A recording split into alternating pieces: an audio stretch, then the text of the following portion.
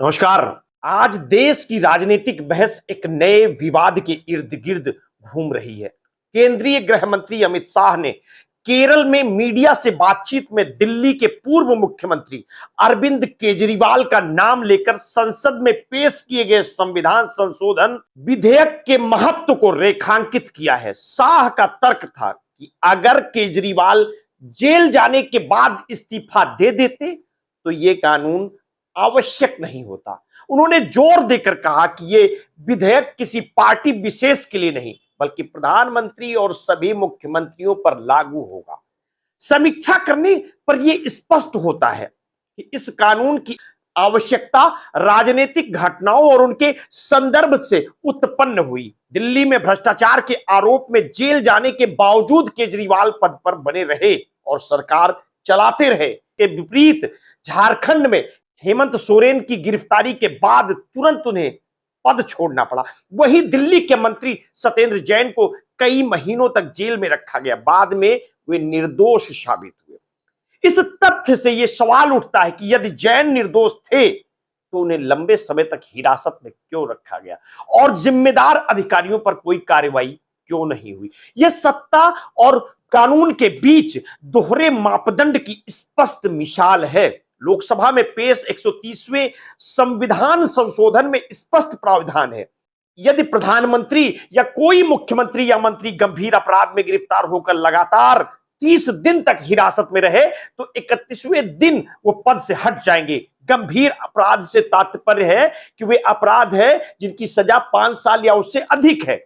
सरकार इसे लोकतंत्र और जवाबदेही की रक्षा के लिए आवश्यक कदम बता रही है, जबकि विपक्ष इसे सत्तारूढ़ दल द्वारा विपक्ष पर दबाव बनाने का उपकरण मान रहा है। शाह ने विपक्ष पर तीखा हमला भी किया। उन्होंने याद दिलाया कि 2013 में राहुल गांधी ने मनमोहन सिंह सरकार पर प्रस्तुत अध्यादेश को सार्वजनिक रूप से फाड़ दिया था, जिसका उद्देश्य दोषी ठहराए गए सांसदों और विधायकों को राहत देना था। आज वही राहुल गांधी लालू प्रसाद यादव के साथ मंच साझा कर रहे हैं। यह उदाहरण राजनीतिक नैतिकता और दोहरे मापदंड को उजागर करता है। जब से बीजेपी सत्ता में आई है उसके कई मंत्री और विधायक भी ईडी और सीबीआई की जांच के दहलीज पार कर चुके हैं, लेकिन कार्रवाई अपेक्षाकृत धीमी या मामूली रही। इसके विपरीत चुनाव के समय नजदीक आते ही विपक्षी नेता अचानक एजेंसियों की निगरानी में आ जाते हैं। यह दर्शाता है कि कानून और एजेंसियों का इस्तेमाल अक्सर राजनीतिक उद्देश्यों के लिए किया जाता है। समीक्षात्मक दृष्टि से देखा जाए तो 130वां संविधान संशोधन का उद्देश्य स्पष्ट है। जेल और कुर्सी एक साथ नहीं चल सकती। हालांकि इसके पीछे राजनीतिक घटनाओं, एजेंसियों के दोगले मापदंड और सत्ता के संरक्षण की वास्तविकताओं को नजरअंदाज नहीं किया जा सकता है।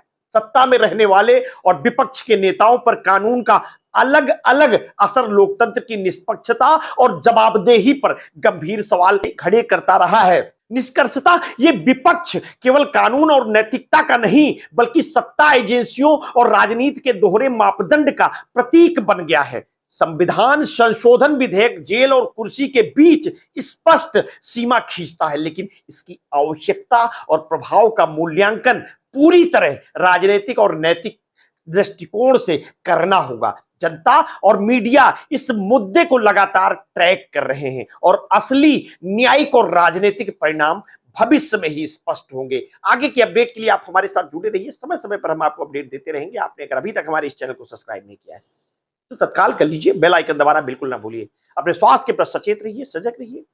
और अगर आपने कभी भी कोरोना वैक्सीन लगवाई है तो समय समय पर अपने ब्लड प्रेशर की जांच अवश्य कराते रहिए। अपना ध्यान रखिए। बहुत बहुत धन्यवाद। साधुवाद।